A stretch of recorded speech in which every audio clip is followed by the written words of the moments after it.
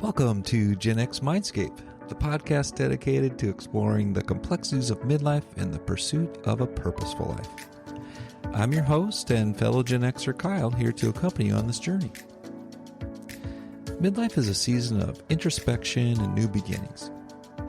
In today's episode, we're joined by Dr. Dorian Minzer, who shares insightful wisdom on embracing midlife transitions with intentionality and purpose. Sometimes I feel like midlife can be a bit of a maze as I try to think clearly about what's most important to me and how to intentionally spend my time, money, and energy. That's why I really appreciate Dr. Minzer's framework that brings clarity to this journey. After outlining this framework, we dive deeper into the practicalities. And Dorian offers hope and practical strategies for those who may currently feel unsatisfied in important parts of their life, such as finances, health, and relationships. Our conversation gave me plenty of food for thought towards identifying core values and priorities that will help me design my own midlife mosaic. I hope this episode does the same for you.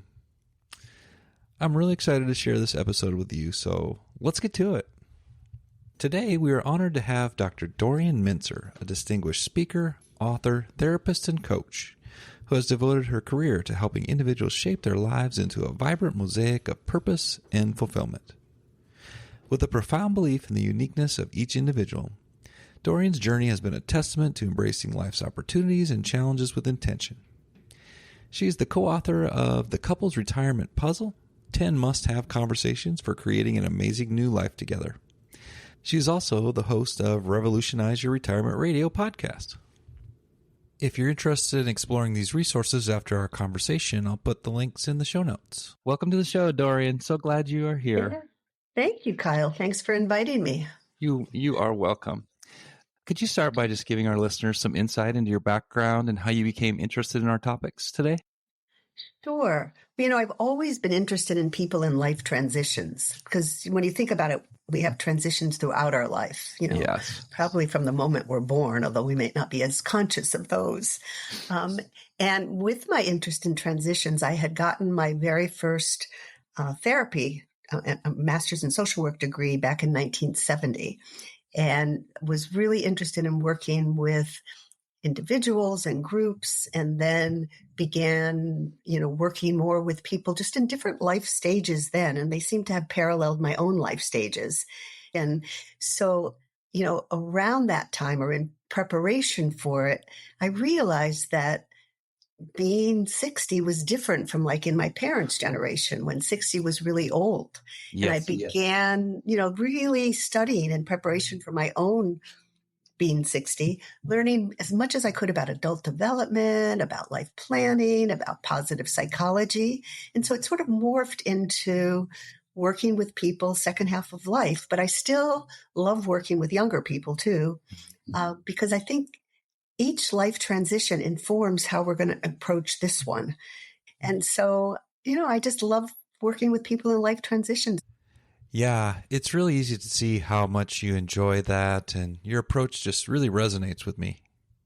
How would you describe the ideal mindset for approaching midlife and that contributing to our overall well-being? Well, a few things. That's a really, really good question.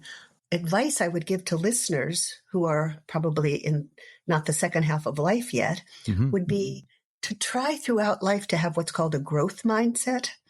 A growth mindset is really wanting to learn, wanting to be the best we can be, without, denying reality that we all age.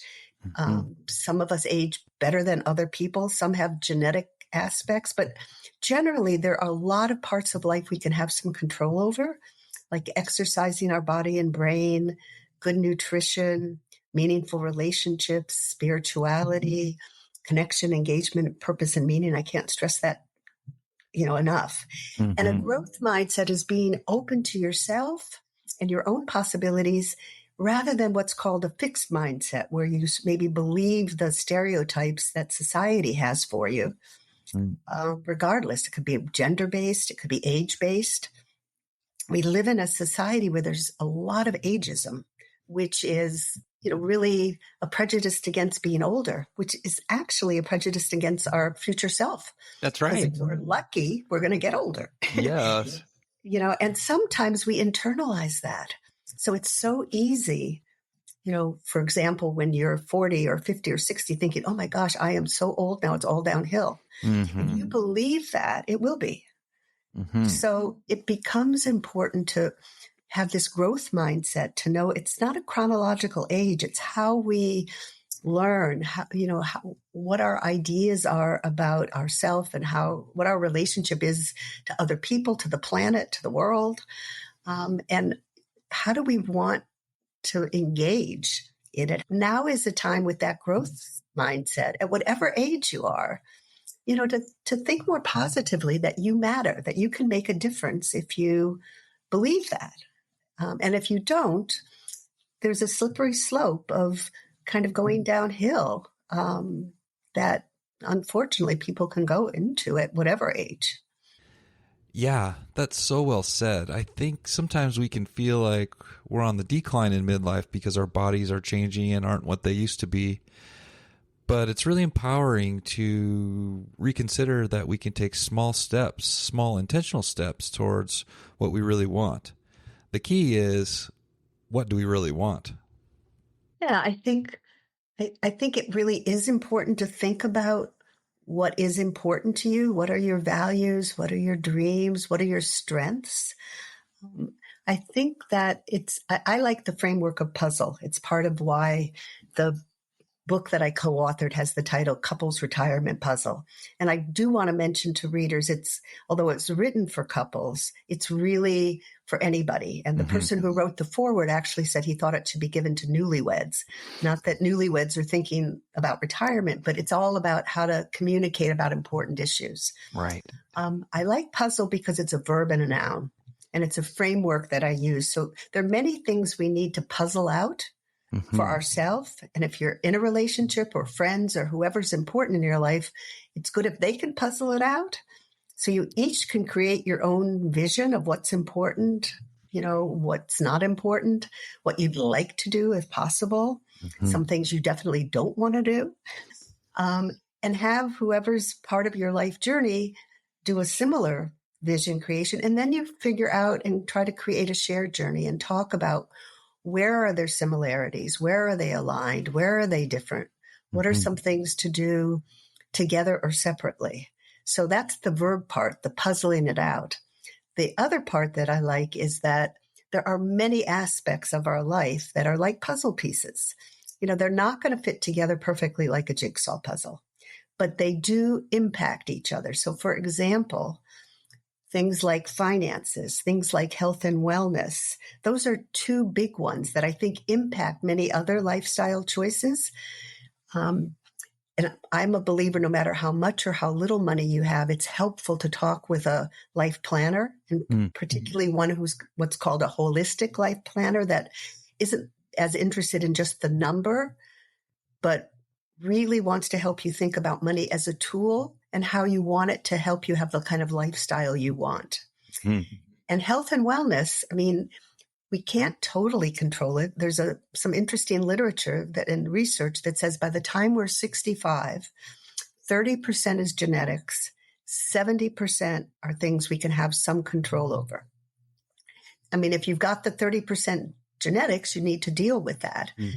But attitude still can make a big difference in how you deal with whatever, cards you draw in the luck of genetics.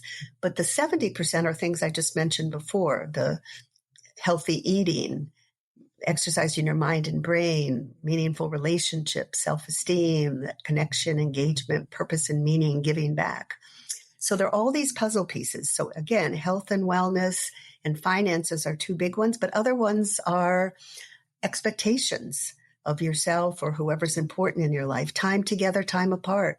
Even in the best relationships, it's better not to just be joined at the hip. I think it really is good to know that we need time together and time apart. We still need other friends. We need a social life and community. It's important to think about in what ways to give back at whatever age. We live on this shared planet, and trying to feel part of it, where we, want to protect it for future generations, and want to, in small ways, bigger ways, try to be part of that.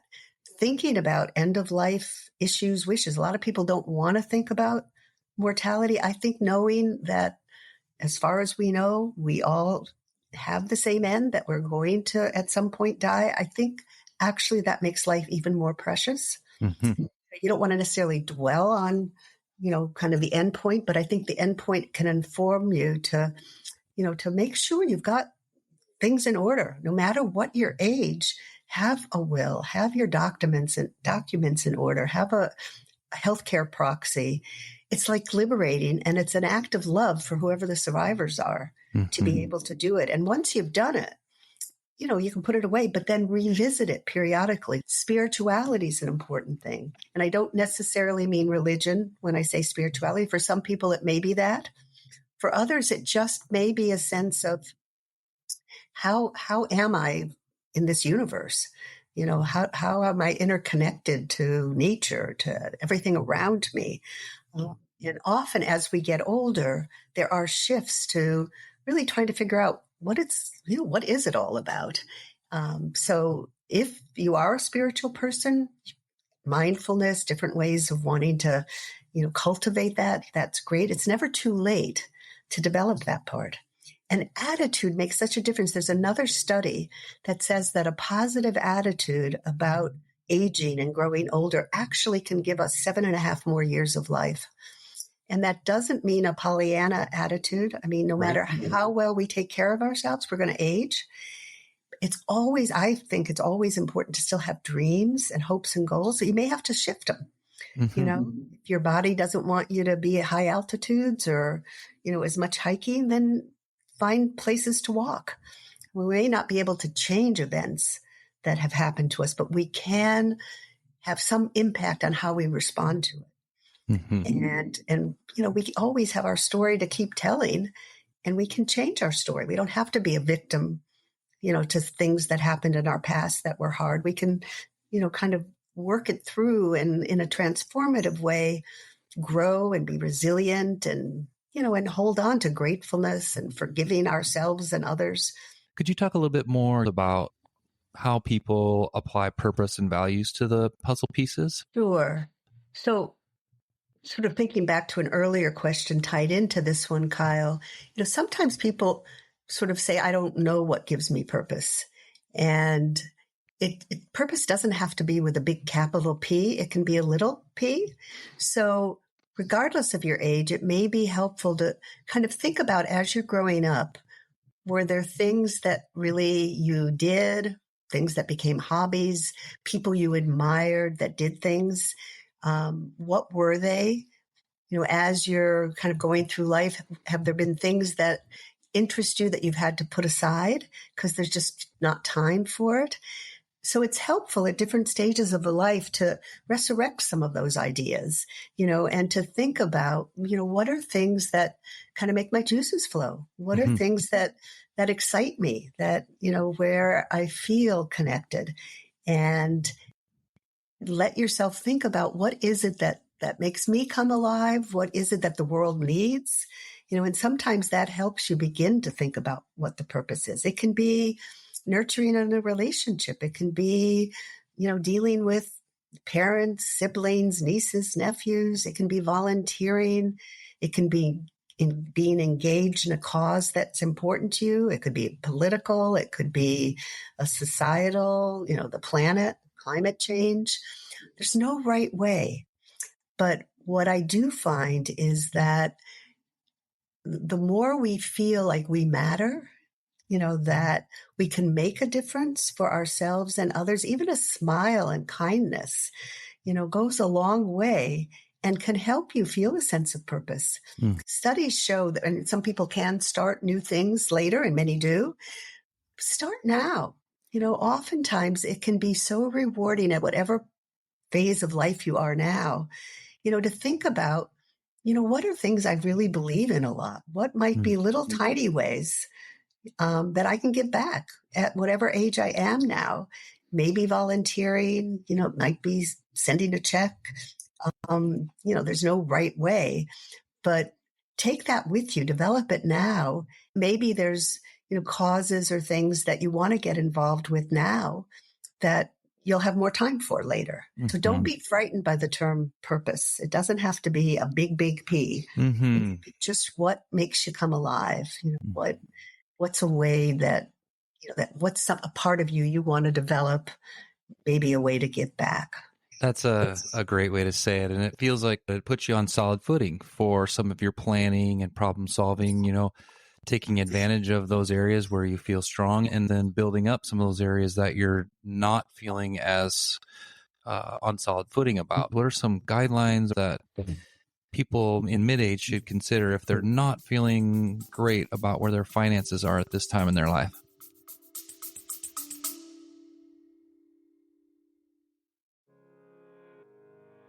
Hey there, listeners. I just wanted to take a moment to express my heartfelt gratitude for listening to this podcast.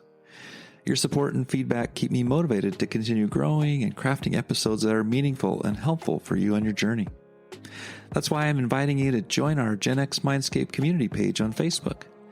It's a great space to share your feedback on the show, suggest future episode topics, or simply connect with fellow listeners. Also, don't hesitate to leave me a voice message over at genxmindscape.com by clicking on Leave a Voice Message at the top of the page. Whether you choose to remain anonymous or provide your name and email, it's entirely up to you. Once again, thanks so much for listening. I'm definitely looking forward to hearing from you.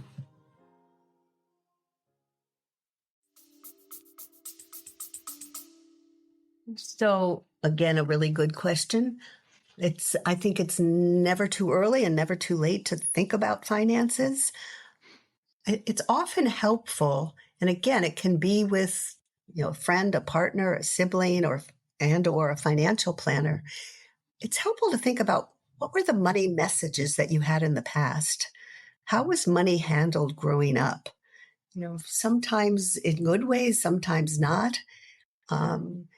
So it's helpful to think about what are the money messages that you carry with you that might be helpful and might be getting in your way. Mm-hmm.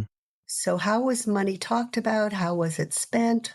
Was there any emphasis on saving, on investing? It may help you kind of look at what areas you want to develop. And really, and this is at whatever age, I think it can be helpful to talk to a financial person. There's some good literary programs. It's empowering for men and women to learn what you can about it. Don't be afraid to say you don't understand it. There are so many online courses. As I said, there are these literacy programs. None of us are born knowing it all. And, I do think it's helpful at whatever age to just admit that maybe you had some complicated money messages from the past. We also develop what are called money personality types. Some people are savers, some are spenders, and it could be combinations. Some, are monks, I don't want to spend anything, kind of thing, very frugal.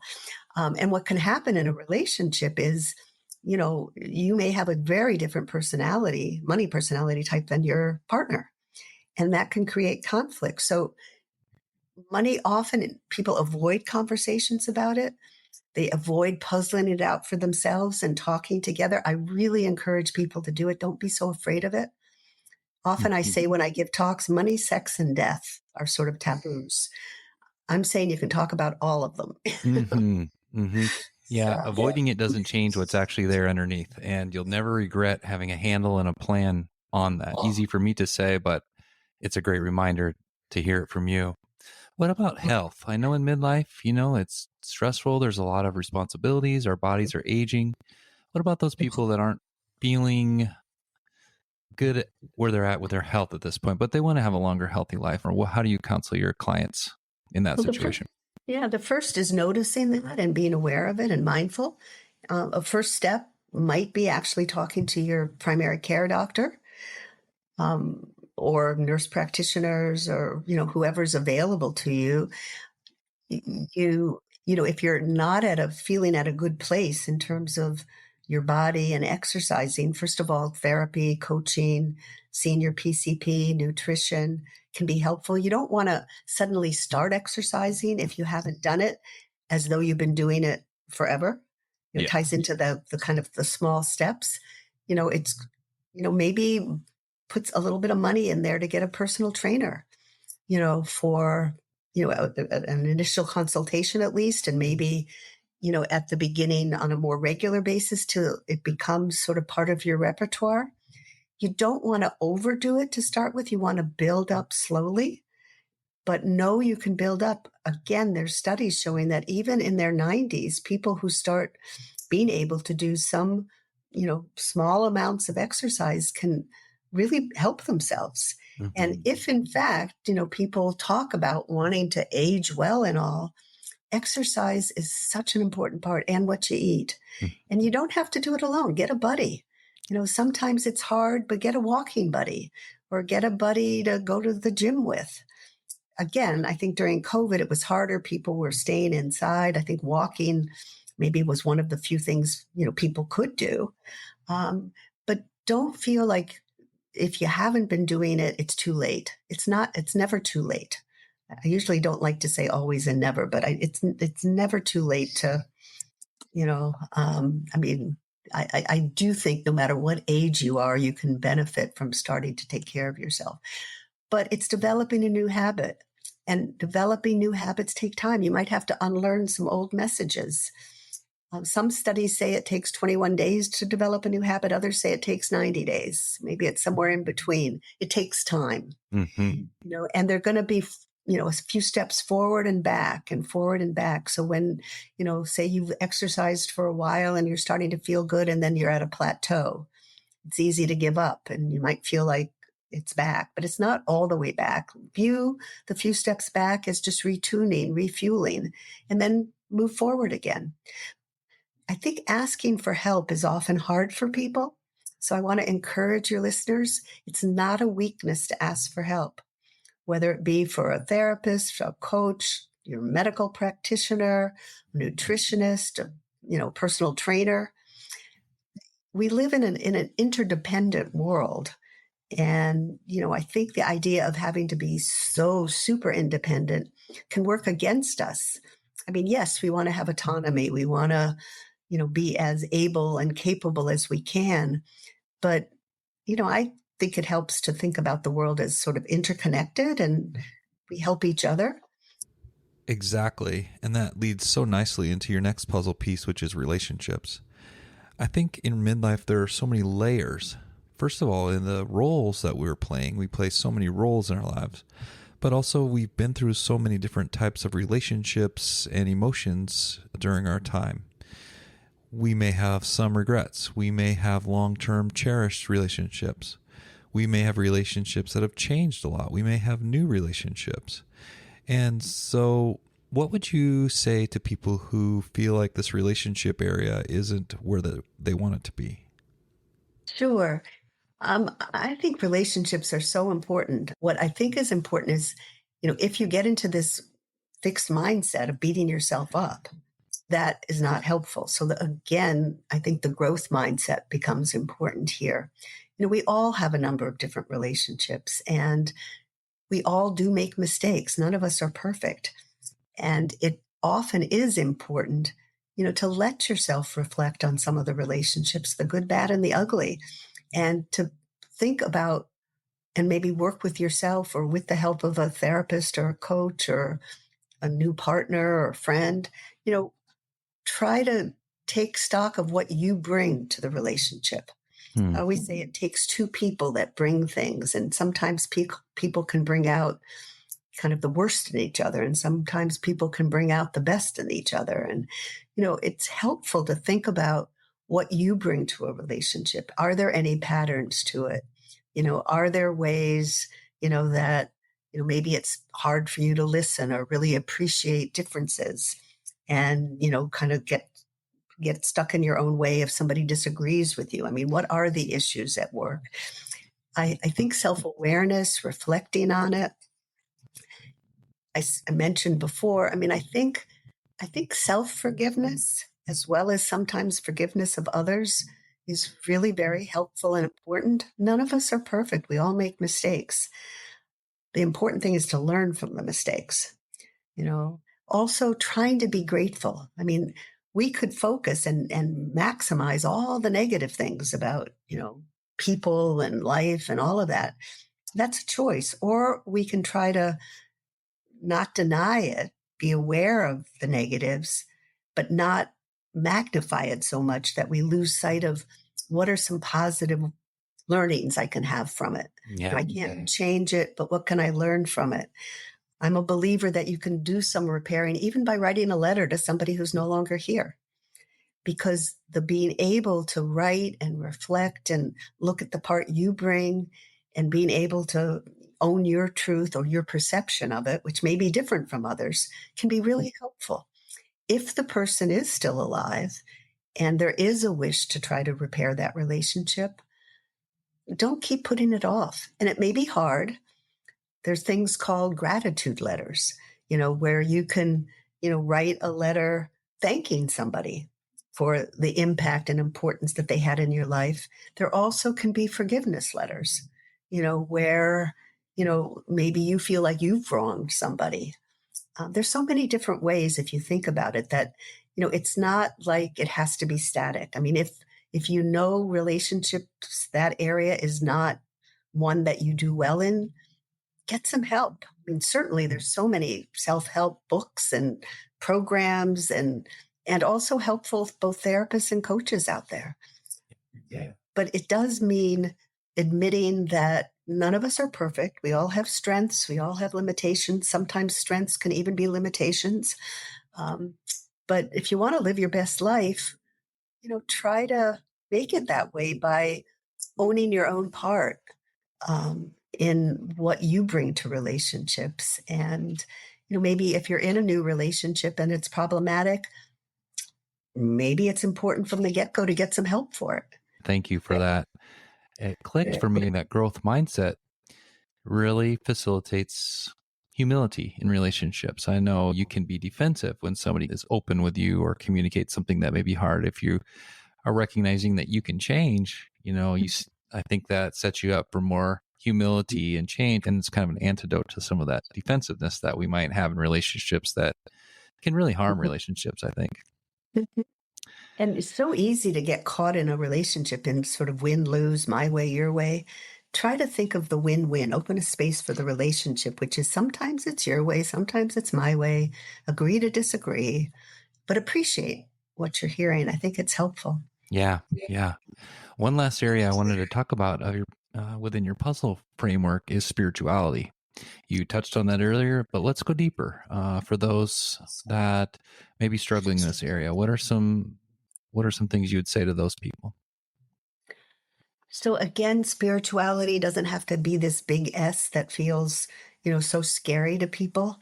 It really is looking inward in a sense and letting yourself reflect. It's often helpful to think about what are 3 to 5 things I'm proud of. What are some things that were peak experiences? That's the beginning of allowing yourself to open to the spiritual, i.e., what's inside of you. And it helps us often just realize the interconnection that we all have.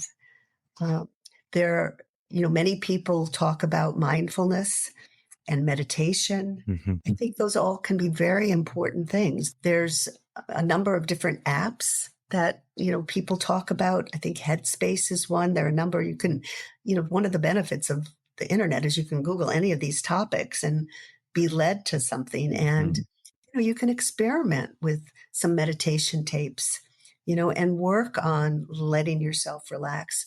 One part that I recommend to everybody, I mean, I was trained in the relaxation response, like maybe 40 plus years ago. And the first part of it is the breathing, which is just knowing, we all breathe, of course, but deep breathing.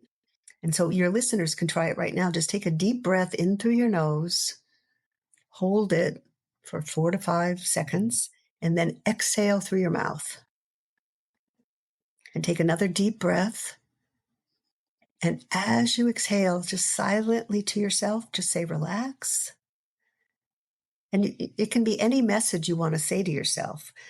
But as you exhale, it can be relax, it can be present, it can be push away distracting thoughts or feelings. It can be feel your inner strength, don't react, act. All these messages can be helpful. And what I recommend to people, which was recommended to me many years ago, is like once an hour.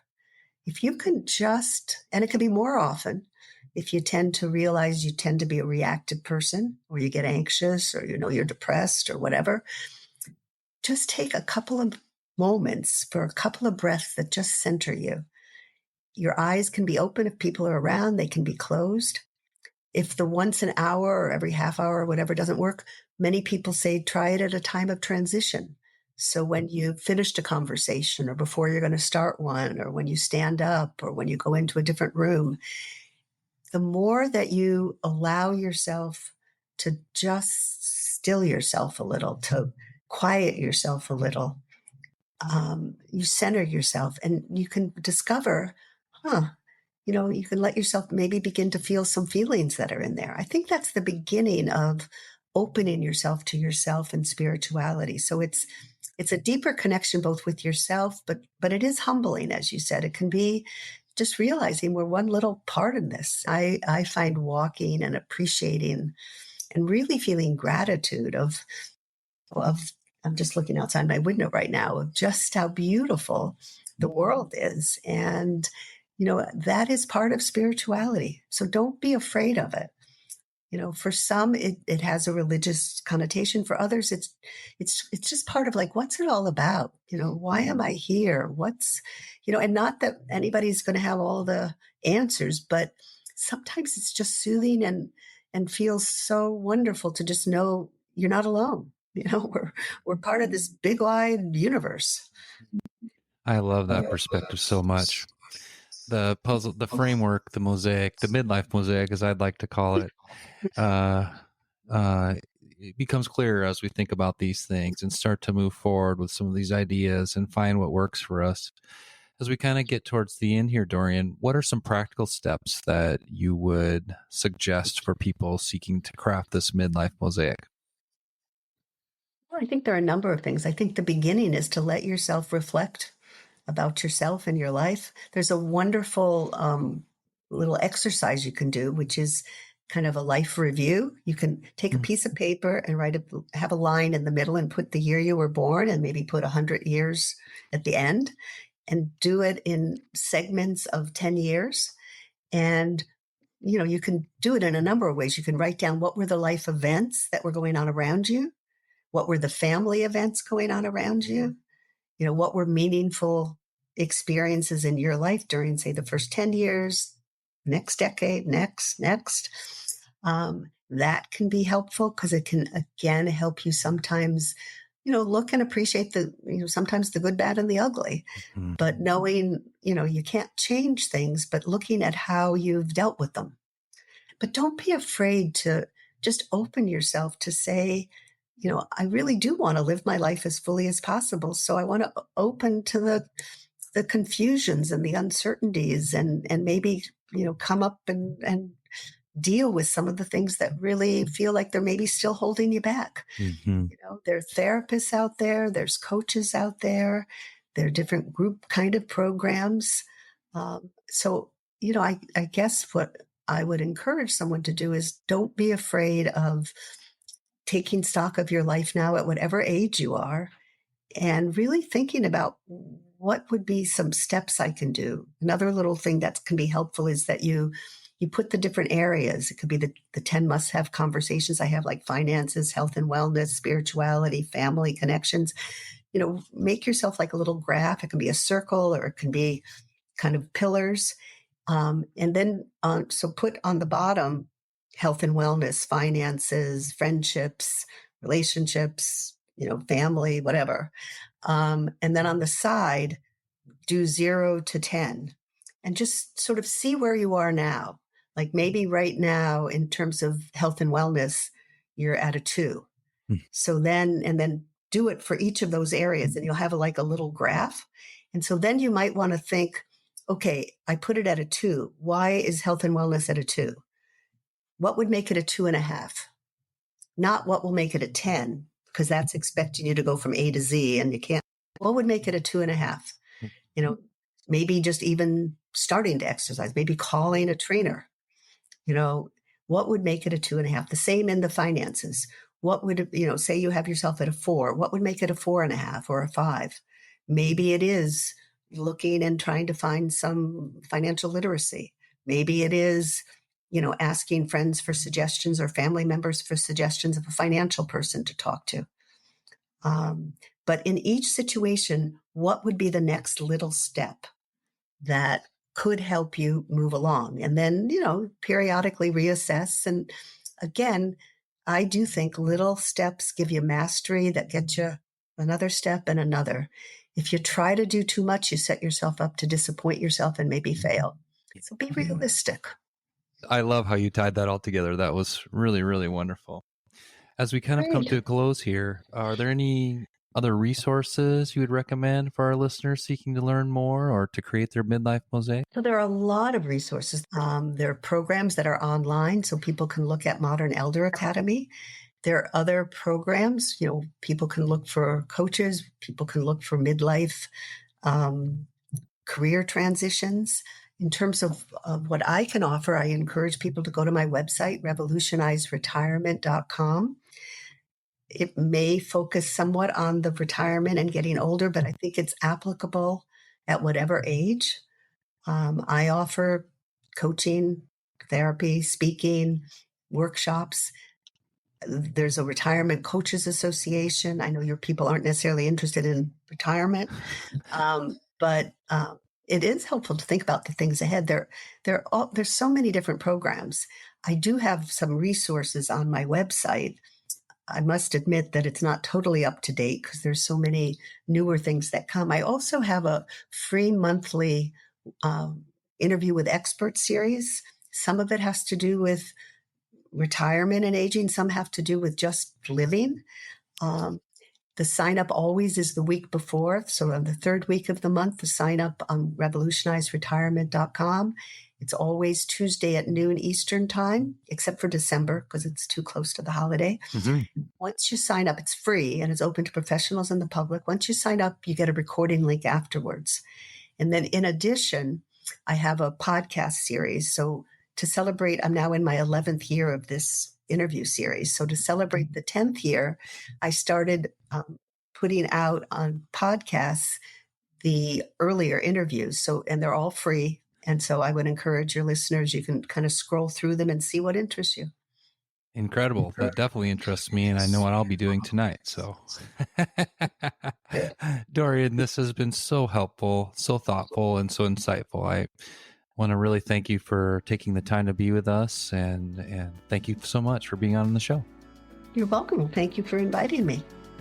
I hope you've enjoyed this discussion with Dr. Dorian Minzer today as much as I have. I really appreciated Dorian's simple yet profound and practical guidance for those of us dedicated to forging intentional paths towards a purposeful existence. Thanks so much for listening today. If you enjoyed this episode, I'd be very grateful if you would subscribe and share it with your friends who might also find today's discussion helpful.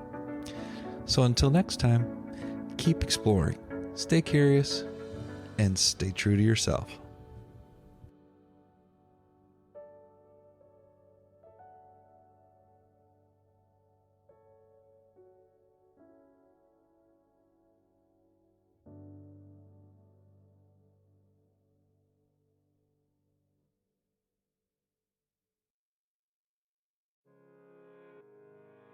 Hey there, listeners.